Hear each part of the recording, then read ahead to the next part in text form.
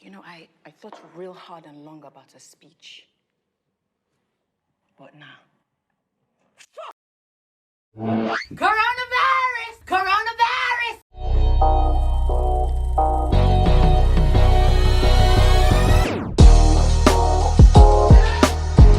Hi everyone, welcome to Roka Critic. Critics with Receipts. I'm Mrs. Critic. And I'm Mr. Critic. We're here with Donatus, our editor, who really should apologize for the late delivery of last week's video. Donatus apologized to the audience. Today we're reviewing The Setup.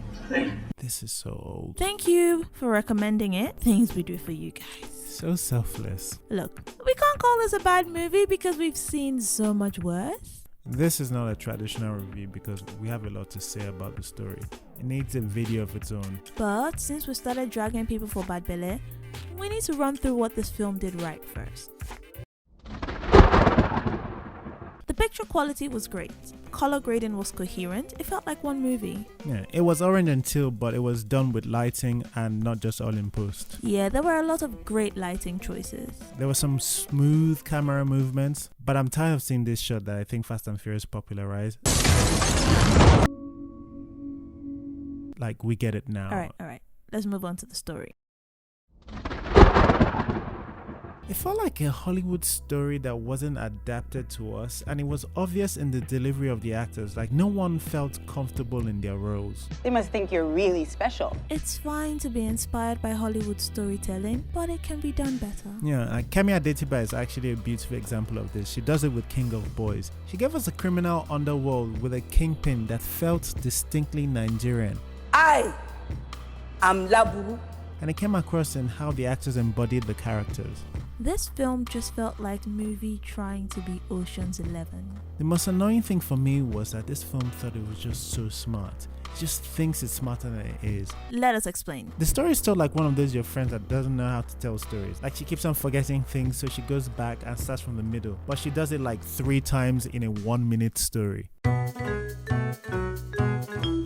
Professional storytelling. You know my neighbors Jack and Jill, those fine twins. Jill is on crutches now. Jill had an accident when she was doing her domestic duties. See, remember that our place that we used to fetch water? That nice house with that family that have eczema? We heard they used to do rituals, so all of us don't fetch water there again. She was on the road to the new fetching water place. Actually, it was not the actual road though. It was a shortcut to the new place, a different road. See, if they had passed out that side, it would have been okay. They just tiled that road. The road is smooth. When I used to pass it, I wonder if it's still this Nigeria that I am in. Because where was I? The shortcut. See, she took the shortcut using that long and lonely hill. That's when she tried to catch Jack. Jack was there. Jill met Jack playing football at the bottom of the hill, but then she asked him to follow her, and then Jack was being a busybody. He now fell. That's how he slipped though, broke his head, and Jill went tumbling after him. Why didn't you just say they went up there together? For the twist, nah. This doesn't make sense. Professional storytelling. Yeah, so that's basically this film. The whole story is just unnecessary convoluted. Thank you. Well, not the whole story. The first half was okay. Yeah, but it only exists as a setup for the second half of the setup. Alright, let's run you through the story and why it didn't work. You have always seen the big picture. Chike and Grace, your friendly neighborhood international drug mules, are recruited by Madame to join the academy, a secret club always full of patrons that keep sending out envelopes with their logo on the cover. Very secret, guys. Now they do 1 or 2 things for Madame. Then Madame assigns Chike to help a new client, Edem, Uncle Adam. con an heiress Motunrayo into marriage. The gig starts going left, so Chike begins investigating Madame. Why didn't you tell me? Madame narrates her life story to Chike before handing her over to US authorities. The NDLA couldn't meet my price, the American government could. Only Chike though, Madame gets Grace immunity for some reason. I don't quite understand. Rewind. Several years ago, our heiress Momo was babysitting her half-sister, looked away for 1 minute and her sister went splat over the balcony. Turns out, her sister is also Madame's daughter, who her mother had taken away at birth. He belongs to me. including that child you tried to steal from his body. Because Momo feels so guilty she helps her late father's mistress one up her mother. Silly girl. Madam, Edem, and Motunrayo plan to make the mother hand over 33% of the family shares by framing Bamidele, Motunrayo's sweet brother, as a criminal associate of Chike. Why create an elaborate ruse for Chike's benefit? She's an employee. They could have simply assigned her to get Bamidele in an incriminating position and gotten the pictures like they did with the pastor.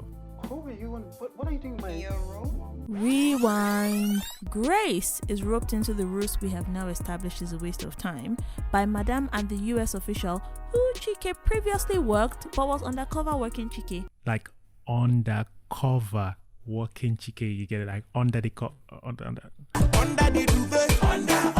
It wasn't just a job for me. Are you dizzy yet? Why does Grace get immunity again? I don't quite understand. Grace helps Motunrayo manipulate Chike. Grace tells Chike about it the night before it goes down because the best plan she could think of in 3 months of thinking was to run. I'm sorry, I'm telling you this so you can run.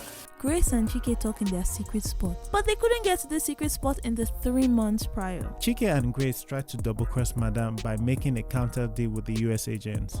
We want to know what it would take to change that deal. What leverage does Chike have to bargain with? I mean, they already have access to Madame, right?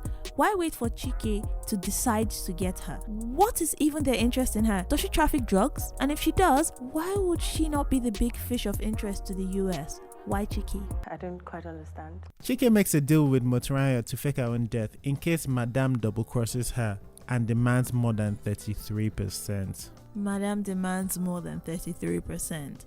75% of the Raja. You're just a bastard. And says her thugs will rough them up if they don't sign it over, so they do. We can fight this. Actually, I have a number of strapping young men who will make that very hard for you.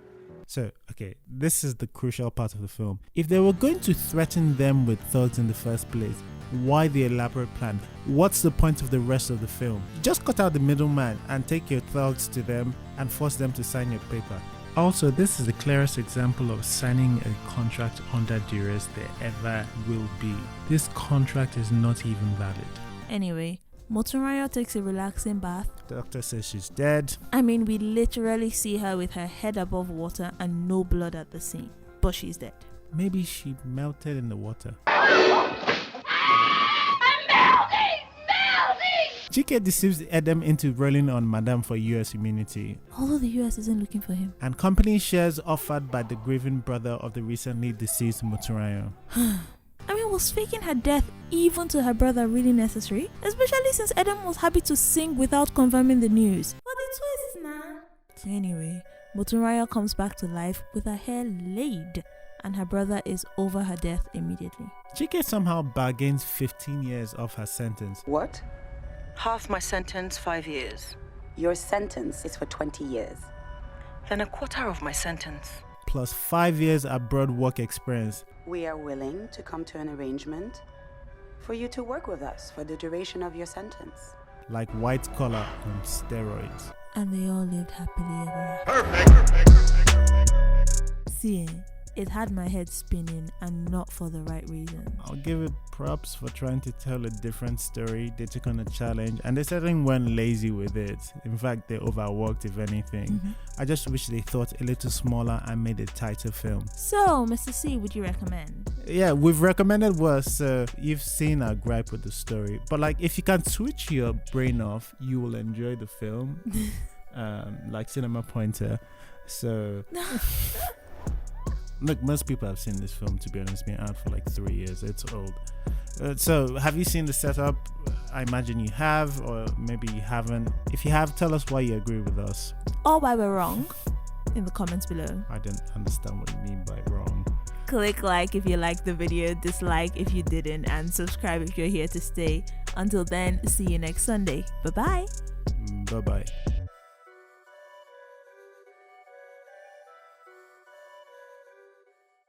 Susu, we didn't have an address you're acting in this one. Wouldn't you thank us?